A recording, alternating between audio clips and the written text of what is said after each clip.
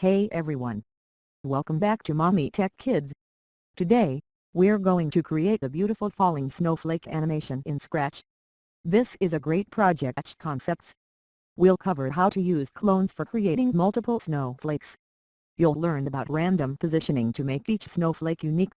We'll also explore movement scripts to animate the snowflakes falling. It's a great way to practice coding while creating something visually stunning. Perfect for getting into the winter spirit or just enjoying the creative project. So, grab your computer, open Scratch, and let's get started. Don't forget to like this video and subscribe to our channel for more fun projects. Now, let's jump into the Scratch interface and first, let's set up our backdrop. You can choose a winter-themed background or simply use a plain color like white or light blue to represent the sky. Go to the bottom and you will find the winter backdrop.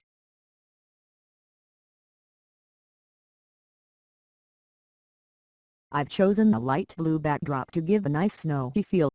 Next, we'll add our snowflake sprite. You can either draw your own snowflake or choose one from the Scratch library. I'm going to use a simple snowflake design.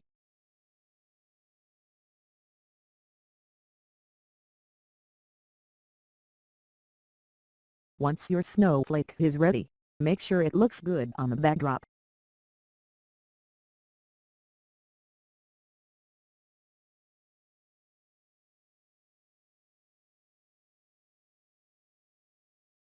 Resize it accordingly.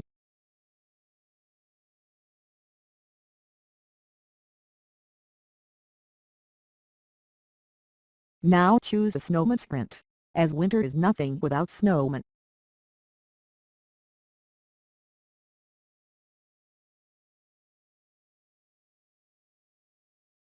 Now, let's make our snowflake fall from the top of the screen. We'll start with a simple script that moves the snowflake down. You can follow my lead in each steps.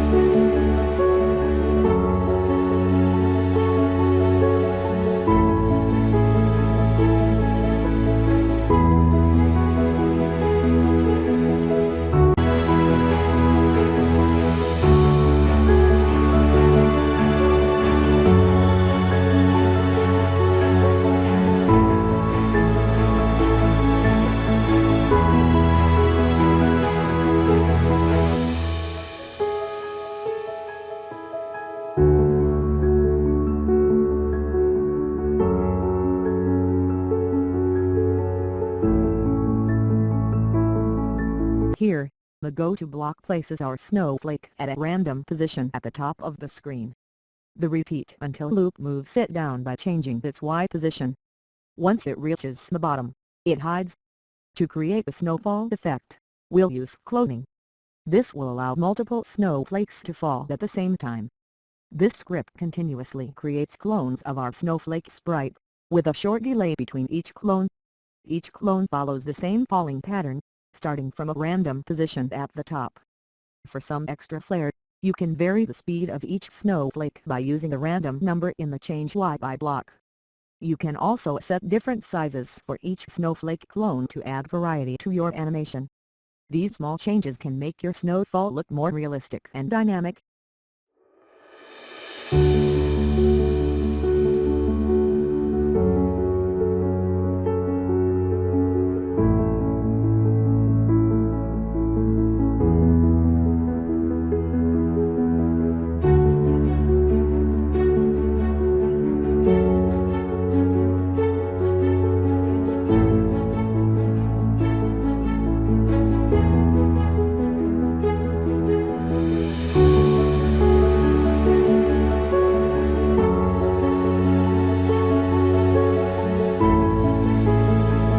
Now the snowflakes are falling, we are moving our snowman